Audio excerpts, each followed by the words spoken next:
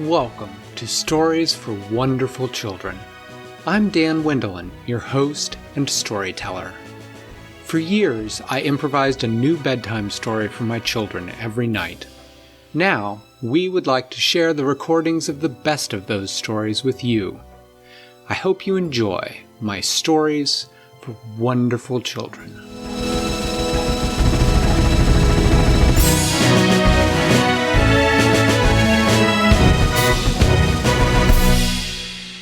Once upon a time, there was a little boy named Nelson, and Nelson had an ambition, which means he had something he really, really wanted to do. Nelson's ambition was that he wanted to be the greatest chef in the world when he grew up. So, when he was 5 years old, he started making up dishes of his own. When he was 5, his favorite food was a peanut butter sandwich with jelly, and he started experimenting. He started having peanut butter sandwich with apple slices, and peanut butter sandwich with banana slices, and he tried having peanut butter on toast, and then he tried having just apples on toast.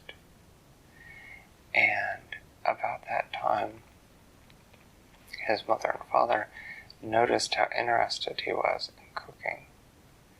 They asked him if he would like to have lessons. He said certainly. And so they got him cooking lessons. And that first time he took cooking lessons, the cooking lessons were teaching how to make cookies. And so that year, when he was 5 until he turned 6, he learned how to make pecan cookies and oatmeal raisin cookies and chocolate chip cookies and oatmeal chocolate chip cookies and lemon cookies and orange cookies and sugar cookies and iced cookies, drop cookies, anise cookies, pizzelle cookies, nut cookies, all sorts of cookies, pretty much raisin cookies? Yep, any kind of cookie you could think of. Peanut butter and jelly cookies? No, he didn't, but he did learn how to make peanut butter cookies. Yeah, I suspected no one would want to eat a peanut butter and jelly cookie. And that was a lot of fun. But he knew that by baking cookies alone, although he might be a great cookie creator, he would never be the greatest chef in the world. And that was what he really wanted. So the next year, when he was 6 years old, his parents got him cooking classes again, and that year he learned how to make vegetable dishes. He learned how to make mashed potatoes. He learned how to make peas and corn. He learned how to make... He's the greatest chef in the world. He has delusions of grandeur. He has ambition. He doesn't think he is. It's what he wants to be. It's his goal. So, he learned how to make all kinds of vegetable dishes. Spaghetti squash and summer squash. Carrots with honey. All sorts of delicious things. Broccoli with sauces. Hollandaise sauce with broccoli.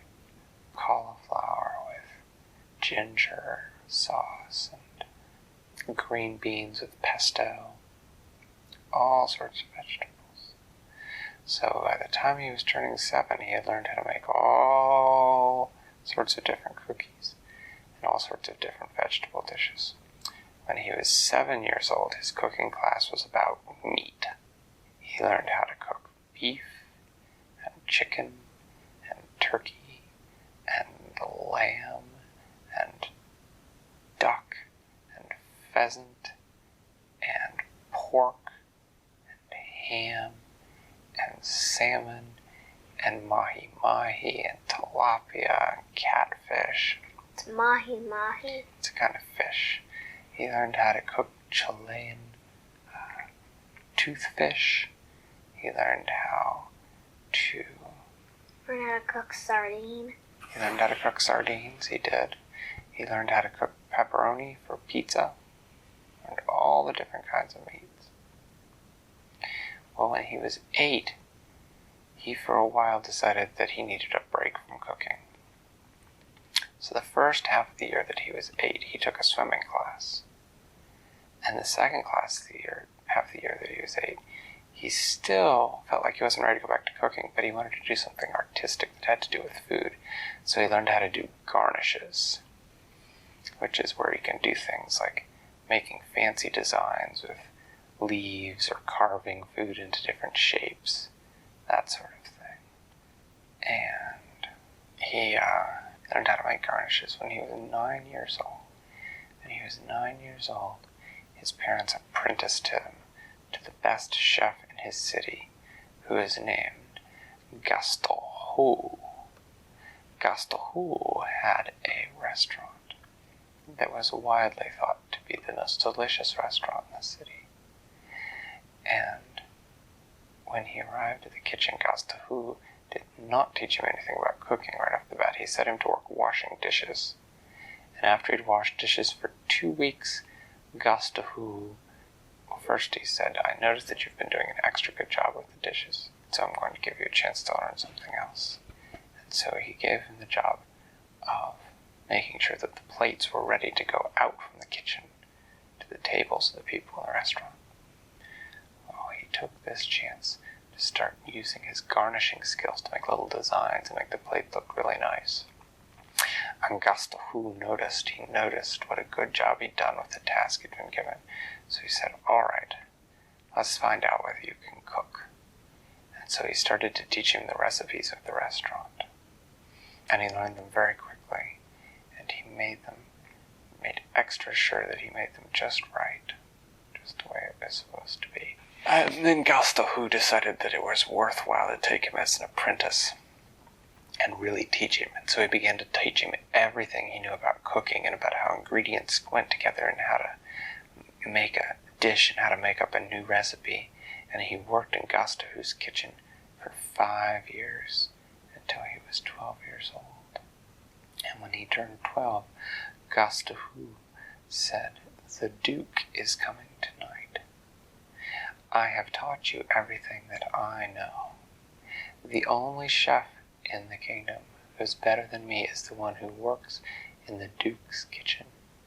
So tonight you will prepare the Duke's meal, and perhaps if you impress him, he will take you to this castle and you can learn more." And so he worked extra hard to make everything perfect for the Duke. And after the Duke had eaten his meal, he asked to see the chef, and the waiter came in and beckoned, and the boy went out. And the Duke said, "What? You're just a boy. I asked you to see the chef." And the boy said, "Your Grace, I had the honor of making your meal tonight." And the Duke said, "Well, it is the best meal I've ever had in this restaurant. You must name your reward." And the boy said, "I would like to come and work in your kitchen and apprentice to your chef, so that I may follow my desire to become the greatest chef in the world." And so the Duke took him back to his kitchen, and for the next 2 years, until he was 14, he worked there, learning everything there was to learn in the Duke's kitchen. And when he turned 14, one day the Duke called him and he said, "The chef tells me that you have learned everything that there is to learn here. What would you like to do next? You may pick your reward." And the boy said, "I would like to travel around the world for 2 years. Spending 3 months in all the big cities of the world. I want to go to New York and San Francisco and Chicago and Mexico City and Tokyo and Paris and Madrid and Johannesburg, and I want to study with all the best chefs there so that I can learn all of their secrets." And so he did. He went on this great world tour, and he learned a little bit in all the different languages in all those cities. Mostly he just learned food words, because that was really all he had time to learn. But he learned the words for the different kinds of food, and he learned how to make all sorts of different sauces so that he could cook Chinese food and Japanese food and French food and German food and English food and Spanish food and American food. Indian food? Indian food, yes. He went to Mumbai in India, and he learned Indian food. And he went to Thailand, Vietnam, he went everywhere. And then when he was 16 years old, he entered the Iron Chef competition. And the Iron Chefs, every year, they went on television, and you competed against them, and the contest was that you went into the kitchen without knowing anything about what you were going to cook, and they gave you a set of ingredients that were the same for everybody, and then they gave everybody 3 wacky ingredients, and you had to make the best meal you could out of the ingredients that they gave you. And he got, for his wacky ingredients, he got octopus, and he got lemongrass, and he got couscous, which is like a very small pasta. And he worked really hard. He made the best meal he could. He made this wonderful dish with calamari, a couscous calamari with a ginger sauce. And it smelled so good that by the time he was finished, the judges were having to, because they were salivating so hard because they wanted to try it. They had to suck up their spit so they didn't drool. And they served the plates, and it only took 1 bite for each chef, for each judge, before they raised his arm and they declared him the best chef in the entire world for that year, and the victor in the Iron Chef competition. Thanks for listening to Stories for Wonderful Children. I created today's show, but questions and running commentary were supplied by my children. The theme music was created by Brandon Thompson, and our wonderful logo was designed by Silas Swindlin. If you know someone who might enjoy the show, please tell them about it. Do you want more stories? You can now subscribe to the show and help pick a new story for me to tell every month. The show's website is storiesforwonderfulchildren.com. Until next time, I'm Dan Wendelin, reminding you to tell someone you love a story.